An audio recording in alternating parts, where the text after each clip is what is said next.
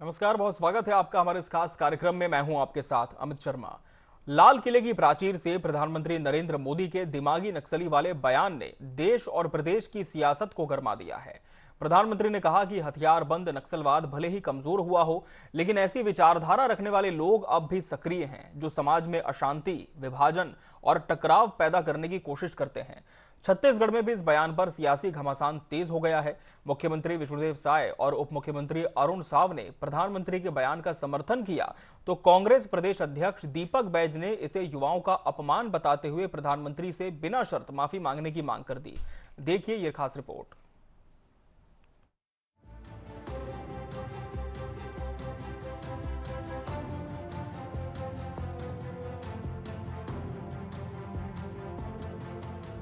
छत्तीसगढ़ में कभी नक्सलवाद सबसे बड़ी चुनौती माना जाता था, लेकिन अब सरकार का दावा है कि सुरक्षा बलों की कार्रवाई, केंद्र और राज्य सरकार की रणनीति और स्थानीय लोगों के सहयोग से सशस्त्र नक्सलवाद को निर्णायक चोट पहुंचाई गई है।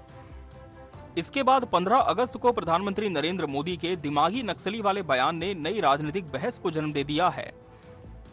प्रधानमंत्री के मुताबिक हथियार छोड़ चुके या जंगलों में सक्रिय सशस्त्र नक्सलियों से इतर ऐसी विचारधारा भी चुनौती है जो समाज में हिंसा, विभाजन और अस्थिरता को बढ़ावा देती है। मुख्यमंत्री विष्णुदेव साय ने कहा कि सशस्त्र नक्सलवाद के खिलाफ बड़ी सफलता मिली है। उन्होंने माना कि कुछ वैचारिक स्तर पर ऐसी सोच रखने वाले लोग हो सकते हैं और उन्हें भी समाप्त करने की जरूरत है। बिल्कुल उन्होंने सही कहा है और आज स्वतंत्रता दिवस के उपलक्ष्य में उन्होंने जो लाल किला से पूरे देश को संबोधित किया है उसमें छत्तीसगढ़ का बहुत जिक्र है और नक्सलवाद जो समाप्त हुआ है उसका भी उन्होंने जिक्र किया है और दिमागी नक्सली बचे हैं। शस्त्रधारी नक्सली तो समाप्त हुए हैं, लेकिन जो दिमागी हैं, जो आइडियोलॉजी वाले हैं, तो उनको भी समाप्त करना बहुत आवश्यक है। उनकी आइडियोलॉजी को समाप्त करना आवश्यक है, तभी जाके पूरी तरह से नक्सलवाद का खात्मा होगा। लेकिन कांग्रेस ने प्रधानमंत्री के बयान को लेकर सीधा हमला बोला है। प्रदेश कांग्रेस अध्यक्ष दीपक बैज ने कहा कि युवाओं के आंदोलन और विरोध को नक्सल विचारधारा से जोड़ना देश की भावी पीढ़ी का अपमान है। दीपक बैज ने आरोप लगाया कि रोजगार और प्रतियोगी परीक्षाओं से जुड़े सवालों पर आवाज उठाने वाले युवाओं को नक्सली कहना गलत है और प्रधानमंत्री और बीजेपी को देश के युवाओं से माफी मांगनी चाहिए।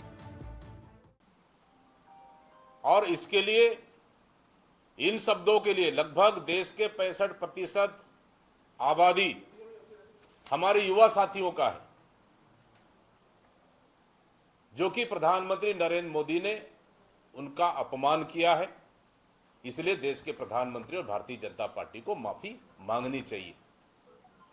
वहीं उप मुख्यमंत्री अरुण साव ने भी प्रधानमंत्री के बयान का समर्थन करते हुए कहा कि देश को विभाजनकारी सोच से सतर्क रहने की जरूरत है।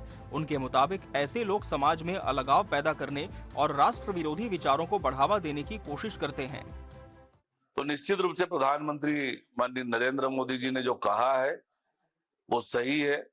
हमारा देश एकजुट रहे, मजबूत रहे, देश आगे बढ़े, इसके लिए सशस्त्र नक्सलवाद तो समाप्त हो गया है। ये दिमागी नक्सलवाद है, इनसे भी सावधान रहकर, इनसे बचकर देश को आगे बढ़ाने की आवश्यकता है।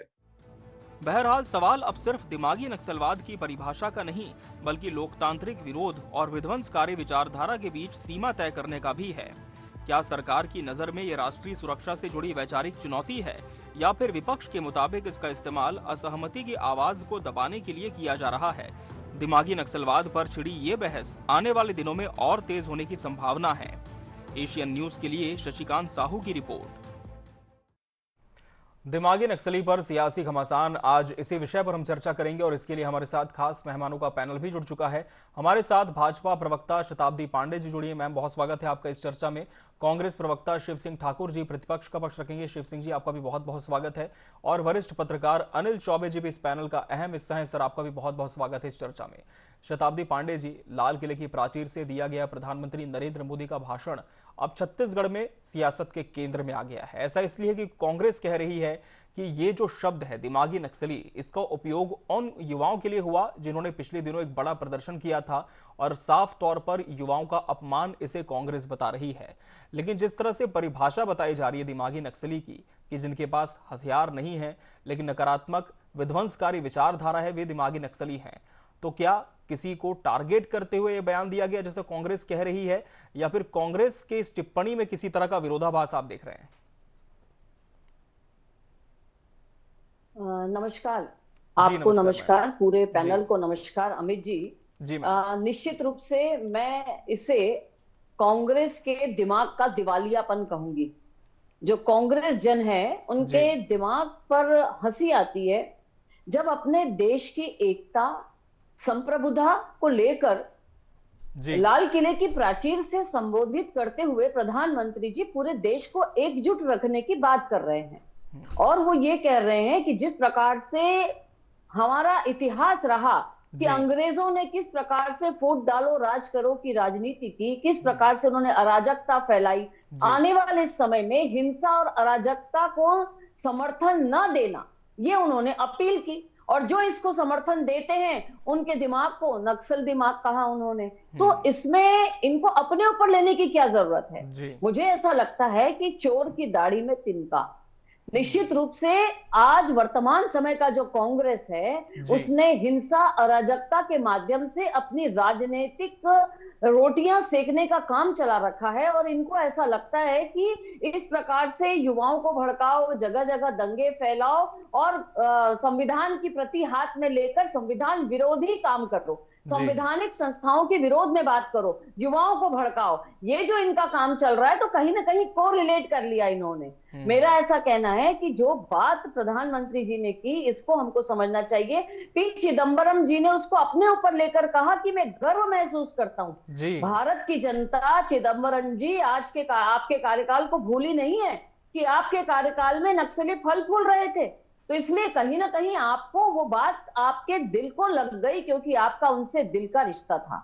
और ये बात आपने स्वयं स्वीकार की है, मोदी जी ने नहीं कही है और न ही वो ये कहना चाहते हैं। उनका कहना है कि इस प्रकार से जो भी कोई अराजकता फैला रहा है, हिंसा का रास्ता अपना रहा है, इनको उन्होंने सचेत किया है और इस मानसिकता को उन्होंने दिमागी नक्सली कहा है। तो इस पर कांग्रेस का ये कहना बहुत ही हास्यास्पद है। ये हमारे राष्ट्र की एकजुटता को, राष्ट्र की जो हमारी ताकत है उसको कमजोर करने की बात हुई।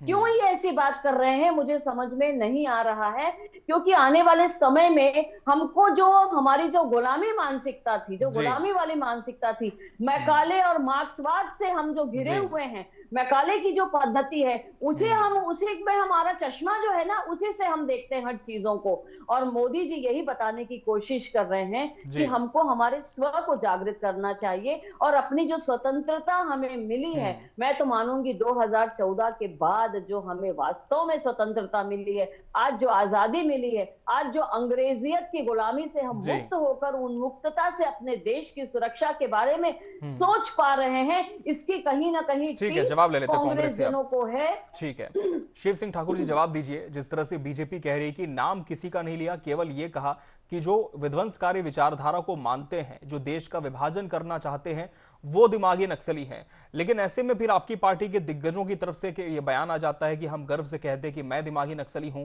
तो क्या ये सही है? कांग्रेस क्यों ऐसा मानकर चल रही है कि किसी वर्ग विशेष, व्यक्ति विशेष को टारगेट करते हुए बयान दिया गया था? देखिए जी, जब भारतीय जनता पार्टी जो संविधान को नहीं मानती है, जो संविधान हमारी जो विचारधारा है जी, वो डॉक्टर भीमराव अंबेडकर साहब की संविधान का विचारधारा है। आरएसएस जिसने आज तक जो है देश की संविधान को नहीं माना, भारतीय जनता पार्टी जो है 52 साल तक जो है अपने तिरंगा झंडा को जो है अपने कार्यालय में नहीं फहराया, वो संविधान की बात कर रहे हैं। जिन्होंने संविधान को जो है माना नहीं, महात्मा गांधी के जो हत्यारे हैं, गोडसे जी को जो है उसका भारतीय जनता पार्टी के लोग मंदिर बनाते हैं। प्रज्ञा ठाकुर को जो है उन्होंने सांसद का टिकट दिया, जो उसने उनको देशभक्त कहा था, जो नाथूराम गोडसे को। ऐसे लोग जो संविधान की बात करते हैं, हमारे जो है हमारे कांग्रेस के पुरखे जो है इस देश की आजादी के लिए अपना सर्वस्व निछावर कर दिए। इस देश के ऐसे लोग भगत सिंह, खुदीराम बोस, मंगल पांडे, सुभाष चंद्र बोस, हमारी साथी प्रवक्ता बोल रही है कि 2014 के बाद इनको आजादी मिली। मतलब हमारे जो भगत सिंह, सुभाष चंद्र बोस, सरदार वल्लभ भाई पटेल, पंडित जवाहरलाल नेहरू, महात्मा गांधी, ये सब जो अपनी कुर्बानी दे दिए, लाखों लोग जो अंग्रेजों से लड़कर अपनी जान दे दिए, वो इन लोगों को 2014 के बाद जब इनकी सरकार आई है, मोदी जी की सरकार आई, तब इनको पता चल रहा है कि देश आजाद हुआ। तो ये जो कानून को नहीं मानने वाले लोग हैं, मतलब 2 मंत्री लोग आके सफाई दिए। जब प्रधानमंत्री जी लाल किला से जब ये चीजों को बोल दिए, तो 2 मंत्रियों को सफाई देने क्यों आना पड़ा कि नहीं ये विपक्ष के नेताओं के लिए नहीं बोला गया है, ये किसी दूसरे के लिए बोला गया है। मतलब मंत्रियों को, प्रधानमंत्री के बयान के बाद 2 मंत्रियों को सफाई देने आना पड़ रहा है। बड़े शर्म की बात है कि लाल किले से जब प्रधानमंत्री कोई बयान दे दिए तो उसको सफाई देने के लिए 2 मंत्री को जो है मीडिया में आना पड़ा। अरे आप लोग तो हमारी लोकतांत्रिक प्रक्रिया जो थी, जब आजादी के पहले हमारे लोग संसद में जाकर खुदीराम बोस जैसे लोग आवाज उठाने के लिए संसद में बम फेंक दिया करते थे, भगत सिंह लोग पर्चा फेंकते थे। आज इनके मोदी जी और अमित शाह जी संसद से भाग रहे हैं।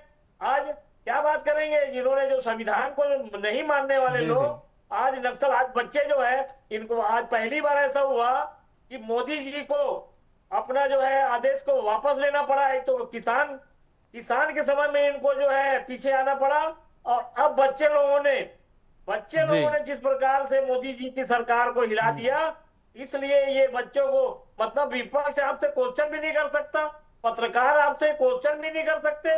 मतलब अगर आपसे कोई विपक्ष मोदी जी से सवाल करेगा, अगर बच्चे मोदी जी से सवाल कर रहे हैं तो नक्सल हो गए।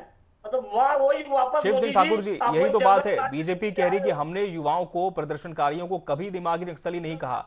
ये शब्द उनके लिए है जो कि विध्वंसकारी विचारधारा को अपनाते हैं, जो कि अनैतिकता के रास्ते पर चलते हैं। लेकिन अब जब ये परिभाषा स्पष्ट हो चुकी है, तो क्या इसके बावजूद कांग्रेस कहेगी कि उनके लीडर्स पे भी कोई दिमागी नक्सली है? क्या तब भी ये मानेंगे? यही है कि इनसे क्वेश्चन पूछो तो जेल में डाल देते हैं, इनसे ईडी के छापा मार देते हैं। इनका मतलब नक्सली जो जानबूझ के इन्होंने जो है ये लोग इनसे क्वेश्चन ना पूछे, उन्हीं को जो है बोला गया है। इसीलिए 2 मंत्रियों को सफाई दिया। जब प्रधानमंत्री मोदी जी की अगर मंशा सही थी, 2 मंत्रियों को सफाई देने के लिए क्यों उतरना पड़ा? वो बोल दिए थे, जब प्रधानमंत्री जैसे लाल किले से कोई चीज को बोल दिए हैं, तो 2 मंत्रियों को सफाई देने की क्या जरूरत थी? मतलब इनकी मंशा दिख गई कि इनसे क्वेश्चन ना पूछो, इनसे प्रश्न मत पूछो। जो प्रश्न पूछेगा, चाहे विपक्ष का नेता हो, चाहे बच्चे हो, चाहे पत्रकार हो, चाहे कोई मीडिया वाला हो, अगर क्वेश्चन पूछ रहा है, प्रश्न पूछ रहा है, एक तो वो प्रेस कॉन्फ्रेंस करते ही नहीं है। ठीक है, तो पूरा चलिए, तो कांग्रेस इसी बात पर अड़िग है कि अगर सवाल पूछेंगे तो आप हमें इस श्रेणी में डाल देंगे और कुछ गलत भी हो सकता है। लेकिन वरिष्ठ पत्रकार अनिल चौबे जी का रुख करेंगे इस पर। अनिल चौबे जी, क्या माना जाए? प्रधानमंत्री का बयान आया और इसके बाद स्पष्टीकरण भी हो गया कि ये जो शब्द था किस तरह की ताकतों के लिए उपयोग किया गया, ऐसी ताकतें जो देश को बांटना चाहती है, हिंसा के रास्ते पर चलती हैं। पहले लगातार सर हम नक्सलियों पर चर्चा करते रहे, लेकिन अब जो दिमागी नक्सली पर अब जब बात हो रही है, तो क्या माना जाए जो कहा गया वो सही था और गलत तरीके से समझा गया जिसके चलते इतना बवाल हुआ है? अमर जी, ऐसा था कि लाल किले से उन्होंने कहा कि दिमागी नक्सलियों से बच के रहना चाहिए। अब दिमागी नक्सली का मतलब उनका यही था कि जिस तरीके से 20 अगस्त को 20 तारीख को जो जैन जी वाला जो मामला, 20 जुलाई को, जी सर, 20 जुलाई को जो जैन जी वाला जो मामला हुआ, तो एक तो टाइमिंग ऐसी सेट करी गई कि जैसे विधानसभा लोकसभा शुरू होगी तो हम ये आंदोलन को उग्र करते हैं। कुल मिला के उनका यही कहना है कि जैन जी का आंदोलन तो चल रहा था, शांतिपूर्ण चल रहा था। एक वो उसमें बैठे हुए थे, भूख हड़ताल में बैठे हुए थे, कहीं कोई हिंसा का कोई दौर नहीं था। लेकिन अचानक ये सो-कॉल्ड नेता जाके उनके मंच पे गए, उनको सहानुभूति दी, उनको उग्र किया और 20 तारीख को इतना उग्र कर दिया कि लाठीचार्ज हो गई, दुनिया भर के तमाशे खड़े हो गए, जिसको लेकर क्या हुआ कि बहुत से बच्चे घायल हो गए, कुछ लोग की डेथ भी हो गई। तो ये सारी चीजें, इसके बाद में फिर पुलिस वालों की मरम्मत हो गई, उसमें पत्थर चल गए। तो ये सब जो अराजकता फैलाई, उनका कहना तो मतलब है कि ऐसे लोग जो सो कॉल्ड नेता हैं और जो इस टाइप के जैन जी को उस टाइप से जो इनको बरगला कर दिया, उन्हें भड़का दिया, रास्ते पे भड़का के उस दूसरे रास्ते में जो ले जा रहे हैं, इनसे सावधान रहने की जरूरत है। ये देश के लिए खतरनाक। जी सर, ये उनका आशय था। अब कांग्रेस ने उसको अपने ऊपर ले लिया और उतने वरिष्ठ नेताओं ने ये कह दिया कि हम गर्व से कहो कि हम नक्सली दिमाग के लोग हैं। तो ये सब कांग्रेस को इसको अपने ऊपर लेना नहीं चाहिए था। ये एक्चुअली क्या किसी के लिए नहीं था, ये उनका कहना था कि जो अराजकता फैला रहे, जो हमारे यहाँ देश के युवाओं को यहाँ वहां भटका रहे। अब जैसे देखिए कि झारखंड में भी तो हुआ ना जी वाला मामला, इतने शांतिपूर्ण तरीके से चला हो गया। वो उन्होंने मानवी मांगी, उनका काम भी हो गया, वहां तो कहीं कोई लठबाजी हुई नहीं। अब इसी तरीके से कि जैन जी का जो सबसे मतलब विकराल रूप था वो था बांग्लादेश। बांग्लादेश में जिस तरीके से जैन जी ने पूरी अराजकता फैला के वो उनके सारी चीजें नष्ट कर दी, वो सबको पता है, उसको कुछ बोलने की बात नहीं। नेपाल में उन्होंने यही किया। बिल्कुल जी। तो जैन जी को, अच्छा वहां पर भी उन्हें उसी टाइप के लोगों ने उनको भड़काया है। तो ये युवा पीढ़ी है बेचारी, इनको कुछ खास अंदाज नहीं है। अगर उनको ले जाके ये सो कॉल्ड नेता जो उनके जंतर मंतर पे गए और उन्होंने उनको उकसाया, और उसका परिणाम था कि वो 20 तारीख को बहुत ही बेकार घटना, मतलब शर्मनाक घटना हुई। दोनों तरफ से हुई, उन्होंने भी लाठीचार्ज किया, उन्होंने भी पत्थर मारे, और कुल मिला के काफी उसका वो हुआ जी।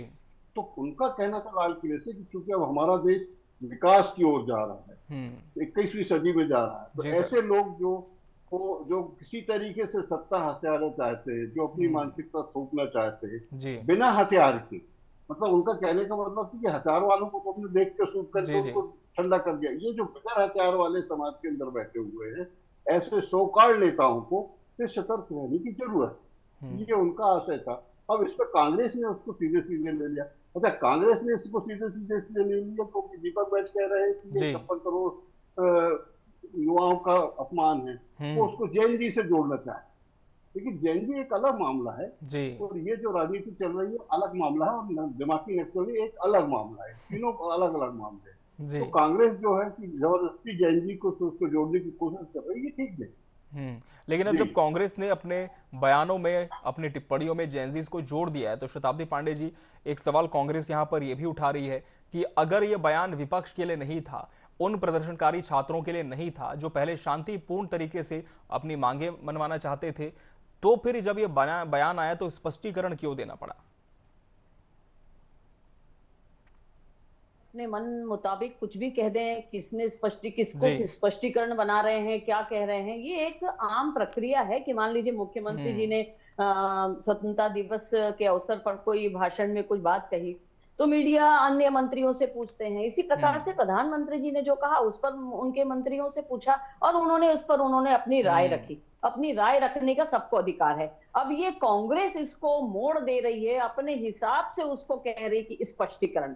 क्या ऐसा घोषणा की गई कि प्रधानमंत्री जी के वक्तव्य का स्पष्टीकरण हम प्रस्तुत करते हैं? अरे क्या बात करते हैं, कितनी हल्की सोच है इनकी, मुझे तो ये समझ में नहीं आता। दूसरी ओर ये प्रधानमंत्री जी से माफी मांगने की बात करते हैं। मैं दीपक बैज जी से कहूंगी आपके इस चैनल के माध्यम से इस डिबेट में कि वो माफी मांगे, युवाओं को हथियार न बनाएं, युवा शक्ति को पढ़ने दें, अपने जीवन की राह तय करने दें, उनको राजनीति का हथियार न बनाएं। आज आपकी राजनीति इतनी कमजोर हो गई है, इतनी गिर गई है कि आपको युवाओं की बैसाखी की जरूरत पड़ रही है। आपको जैन जी के कंधों पर रखकर बंदूक चलानी पड़ रही है। अरे आप उस माओवाद के समर्थक रहे हैं, इसको मानिए ना, और आप भी आज भी हैं। तभी तो जहां नक्सलवाद या नक्सली की बात आती है तो आप उनको भटके हुए लोग कहते थे। आप कहते थे मेरे जेब में पूरा हिसाब किताब रखा हुआ है झीरम घाटी का, लेकिन आपने बताया नहीं, क्योंकि आप कहीं ना कहीं राजनीति करते रहे, रोटियां सेकते रहे। आप चाहते हैं देश में नक्सलवाद हो, देश में अराजकता हो, हिंसा हो, लोग आपस में लड़ें और उसके बाद आप अपनी राजनीतिक रोटियां सेकते रहें। और वहीं दूसरी ओर जो भारतीय जनता पार्टी की सोच है, जो हमारे प्रधानमंत्री जी की सोच है, वो 2047 का सपना देख रहे हैं, उस राह पर चल रहे हैं, उस राह पर रोड़े जो लगा सकते हैं उन पर वो चिंतन कर रहे हैं। ये देश के लिए मौका होता है अपने देश की जनता से बात करने का, और एक घर के बड़े बुजुर्ग की तरह देश के प्रमुख ने, जिनको हम प्रधानमंत्री का कहते हैं, उन्होंने प्रधान होने के नाते अपने देश की जनता से बातचीत की। आप इस देश के हैं कि नहीं है कि अपने आप को अलग मानते हैं? उन्होंने मानसिकता पर बात की। मानसिकता आपकी खराब है, इसीलिए आपको बुरा लगा। क्या कहा उन्होंने? उन्होंने कहा नक्सल, दिमागी नक्सल मानसिकता। शब्द को देखिएगा, दिमागी नक्सल मानसिकता से बचना चाहिए। और आपने क्या कहा? मुझे गर्व है दिमागी नक्सल होने में। आपने एकदम उसको पलट दिया। तो कांग्रेस का ये जो खेल है, ये केवल और केवल राजनीतिक रोटियां सेकने का है। और ये इनका मूल चरित्र क्या है, इनका वास्तविकता क्या है, इनकी नीयत क्या है, इनके इस बयान के द्वारा देश के सामने आई है। और जो मैंने एक बात कही थी कि हमको 2014 के बाद वास्तव में स्वतंत्रता मिली, उसको मैं और स्पष्ट करना चाहूंगी कि ब्रिटिश के एक अखबार ने ब्रिटिश कॉलोनियल लेगेसी से अब भारत का कोई संबंध नहीं है, यह 18 मई 2014 को लिखा, जब 16 मई 2014 को बहुमत की सरकार आ गई। तब उन्होंने लिखा कि अब भारत में बहुमत की सरकार आ गई है बीजेपी की, इसलिए ब्रिटिश कॉलोनियल लेगेसी से भारत का अब कोई संबंध नहीं है। तो आप जिस मानसिकता में जी रहे थे, उससे बाहर निकलने की बात तभी हुई जब बहुमत की भाजपा की सरकार आई। स्व को जगाने की बात कर रहे हैं और आप पराजित मानसिकता में ही जा रहे हैं। बस दो लाइनें इस अवसर पर कहूंगी कि ये जेन जी की बात कर रहे हैं ना, ये जेन जी इनकी जो किताब है, इनकी जो मानसिकता की किताब है, इसके लिए कहते हैं कि ऐसी किताबों को पढ़ हम काबिले जब्ती समझते हैं, जिनको पढ़कर बेटे बाप को खपती समझते हैं। तो ऐसी बातें ना करो कि युवा आप कोई खपती समझने लग जाएं। ठीक है, जवाब लेते हैं। शिव सिंह ठाकुर जी जवाब दीजिए। इतनी बातें इस पर हो गई और उसके बाद तमाम तरह का जो विरोधाभास था वो भी शांत होना चाहिए, जैसे कि बीजेपी कह रही है कि अगर कोई बयान दिया गया तो उस पर प्रतिक्रियाएं आई हैं उनकी तरफ से, उसमें कोई स्पष्टीकरण नहीं हुआ है। लेकिन क्या इन सबके बावजूद ये जो बयान है, कांग्रेस इसे युवा प्रदर्शनकारियों से, विपक्ष से ही जोड़कर देखेगी? तो स्पष्टीकरण मंगा ही नहीं है जी। वो मंत्री जो है स्वयं आके जो है उसको बताए। हमने कांग्रेस ने स्पष्टीकरण मांगा ही नहीं, क्योंकि वो आने के बाद स्वयं दो मंत्री, आप देख लीजिएगा कि स्वयं दो मंत्री जी जो है आके अपनी बातें रखें। हमने स्पष्टीकरण नहीं मांगा कि प्रधानमंत्री जी, और लाल किले से जो भी वक्तव्य बोल दिया गया उसको सफाई देने का मतलब ही नहीं होता। दूसरा मैं ये बोल रहा हूँ कि भाई जब प्रधानमंत्री जी के खिलाफ जो भी बोलता है, कैसे बोलोगे? आज बच्चे बोल पाए, आज हमारे विपक्ष के नेता अगर बोलते हैं तो उनको जेल में डाल दिया जाता है या अपनी पार्टी में मिला लिया जाता है। आप चाहे देख लो, आसाम के मुख्यमंत्री हो, नारायण राणे हो, एक गुजर गए बेचारे उप मुख्यमंत्री। इस प्रकार से जो है आप बोलने की स्वतंत्रता कहाँ रह गई है? आप मोदी जी के खिलाफ अगर कोई बोलेगा या इनकम टैक्स ईडी, तो वो बच्चे निशल्क, उनका क्या बिगाड़ पाएगी केंद्र की सरकार? उन्होंने खुल के बोला, और आज बाकी लोग जो कोई नहीं बोल पा रहा है, सारे लोग डरे सहमे हुए हैं, किसी को आजादी नहीं है। जो बोलता है उसको जो है या तो धमकी दिया जाता है, प्रलोभन दिया जाता है। जवाब दीजिए शताब्दी जी, क्या डराया जा रहा है, धमकाया जा रहा है, आवाज दबाई जा रही है विपक्ष की? इसलिए जो है किसने धमकाया, किसने डराया? गलत तरीके से शब्दों का प्रयोग करके राहुल गांधी मंच पर बोलते हैं। प्रधानमंत्री जी की माता जी के बारे में शब्दों का प्रयोग करते हैं। 2G, 3G, 4G, कोलगेट के नाम से राजनीतिक शुचिता खत्म हो गई है कांग्रेस की, और आप डराने धमकाने की बात करते हैं। आप विध्वंस की भाषा बात करते हैं, आप युवाओं को भड़का रहे हैं, आप कोशिश कर रहे हैं कि देश में अराजकता फैले, हिंसा फैले, और इसी बात को समझाने की कोशिश कर रहे हैं प्रधानमंत्री जी कि देश में अराजकता और हिंसा का रास्ता न अपना जाए, क्योंकि हमको विकास करना है। जेल में सड़ा है। आप क्या बात कर रहे हैं? किसने धमकाया? जेल में है, किसने धमकाया आपको? के कारण कई पत्रकार जेल में है, कई पत्रकार जो है मीडिया संस्थान छोड़ दिए, ये स्थिति है, पत्रकारों को बोलने नहीं दिया जा ये सब रहा है। आपातकाल में हुआ था। ठीक है, कार्यक्रम के अंतिम चरण में पहुंच चुके हैं। अनिल चौबे जी को रुक करूंगा। अनिल चौबे जी, जिस तरह से इस पूरे बयान में पूरे देश में घमासान मचा हुआ है, विपक्ष लगातार केंद्र सरकार पर निशाना साध रहा है, और जब अब ये परिभाषा स्पष्ट हो गई है कि किसके लिए ये कहा गया था, उसके बावजूद सर आप क्या देखते हैं, इस पर सियासत थम क्यों नहीं रही है? सियासत इसलिए जो थम रही है कि जैसे कि सब जैन जी एक बड़ा मुद्दा बन गया है सबको। सारी पार्टियां चाहती है कि जैन जी उनके पास आए जी। ये सारा जो भी कांग्रेस कर रही है, जो भी लोग अपने आप को नेक्सलाइट दिमाग का हूँ, इसके पीछे ये है कि वो चूंकि उसको वो 20 जुलाई से जोड़ना है जी, कि ये जो उन्होंने कहा है 20 जुलाई से उनके जोड़ के देख रहे हैं, तो जबकि ऐसा नहीं है, ये तो कई जगह हो रहा है। तो उनका कहने का मतलब ये था कि अगर हम जैन जी, अगर हम बोलेंगे कि हम भी नेक्सलाइट दिमागी नेक्सलाइट है, तो जैन जी पर बड़ा इंप्रेशन पड़ेगा, क्योंकि जैन जी एक समझदार बच्चों की फौज है। उनका मामला अलग है, उनकी छोटी सी मांग है कि परीक्षाएं ठीक से हों और उनको रिजल्ट आए और वो नौकरी चाकरी करे, उनको कोई पॉलिटिक्स को लेना देना नहीं जी जी। जैन जी के आंदोलन में जिस तरीके से बाहर से लोग इन्वॉल्व हुए और जिस तरीके से उसको उन्होंने हाईजैक करके उनके पूरे आंदोलन को चरमरा के रख दिया और एक ऐसी दिशा में ले गए थे कि जिससे कि क्या हो सकता था कि उसका बड़ा रूप हो जाता। अभी तो छोटा रूप था, कोई दिक्कत नहीं हुई, लेकिन उसका बड़ा रूप भी हो सकता था, जैसा कि बाहरी दूसरे देशों में हुआ जी सर। तो ये इस तरह से जिन्हों को प्रोवोक करने वाले लोगों को है, सोकाल नेताओं को, उनके लिए बोला गया। अब उसमें लोगों कांग्रेस बोल रही कर हमको बोला गया, स्पष्टीकरण भी कांग्रेस को लिए दिया गया है, तो यह आपके लिए नहीं बोला गया है, इस मानसिकता से जो लोग उनके लिए बोला गया है। इससे छोटी सी बात है, इसमें क्या दिक्कत? बिल्कुल, लेकिन इसके बावजूद हम कह रहे हैं कि आरोप लगातार कांग्रेस की तरफ से लग रहे हैं। फिलहाल देखना होगा कि ये जो विषय है छत्तीसगढ़ में कितना लंबा इसका असर देखने को मिलता है। बहरहाल समय हमारे पास इतना ही था इस चर्चा के लिए। आप सभी मेहमानों का बहुत बहुत धन्यवाद हमसे इसमें जुड़कर इसका हिस्सा बनने के लिए। इसी के साथ मुझे और पूरी टीम को दीजिए इजाजत। नमस्कार।